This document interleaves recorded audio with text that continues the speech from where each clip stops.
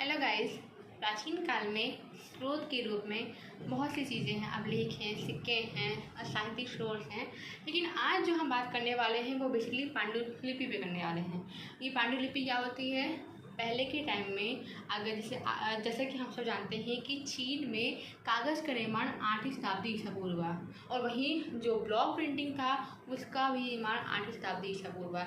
इसका मतलब कि हमारे प्राचीन काल में लिखने के लिए ताम्रपत्र और पांडुलिपियाँ जैसे कि पेड़ की छाल को काट कर उन्हें एक समांतर साइज में काट लेते हैं और उनके साइड में और बीच में और बाएं साइड तीनों जगह छेद करके उसमें धागा फंसाकर और उसे लिखने की योग्य बनाते हैं। तो वो होती है पांडुलिपियाँ बेसिकली।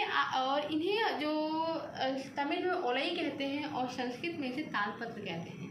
लेकिन आज जो हम बात करने वाले हैं वो पांडुलिपियों को आखिर मन में सवाल उठ रहा होगा कि पांडुलिपियाँ इतने समय से आज सेव कैसे हैं?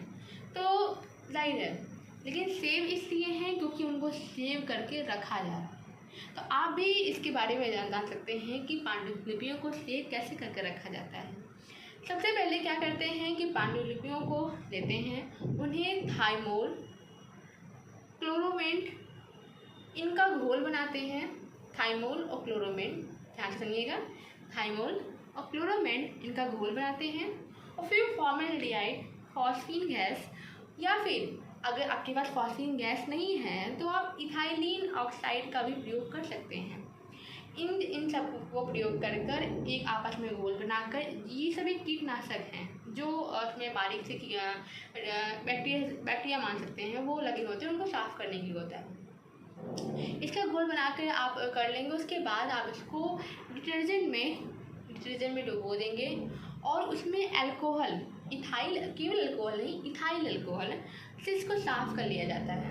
और जब ये साफ़ हो जाता है, अब ये आपका एक प्रकार से कहें तो सेव हो चुका है। इसमें जो बैक्टीरिया थे, जो अन्य विषाणु थे, वो सब क्लियर हो चुके हैं। अब इन्हें अब अगर कोई पेज फटा हुआ है या फिर तो उन्हें मरम्मत करने के लिए आप क्या करते हैं कि आपको अगर मरम्मत करना है तो उसके लिए पॉलीविनाइल एक एसिटेट है, पॉलीविनाइल और मिथाइल सेलुलोज, इनका घोल बनाकर उसके ऊपर एक बारीक पेपर से लेप कर देते हैं। और अब जब ये मुलायम हो गया तो आप इसे सूती कपड़े से पोंछ दीजिए। अब ये आपका जो पांडुलिपि है ये सेफ हो गया।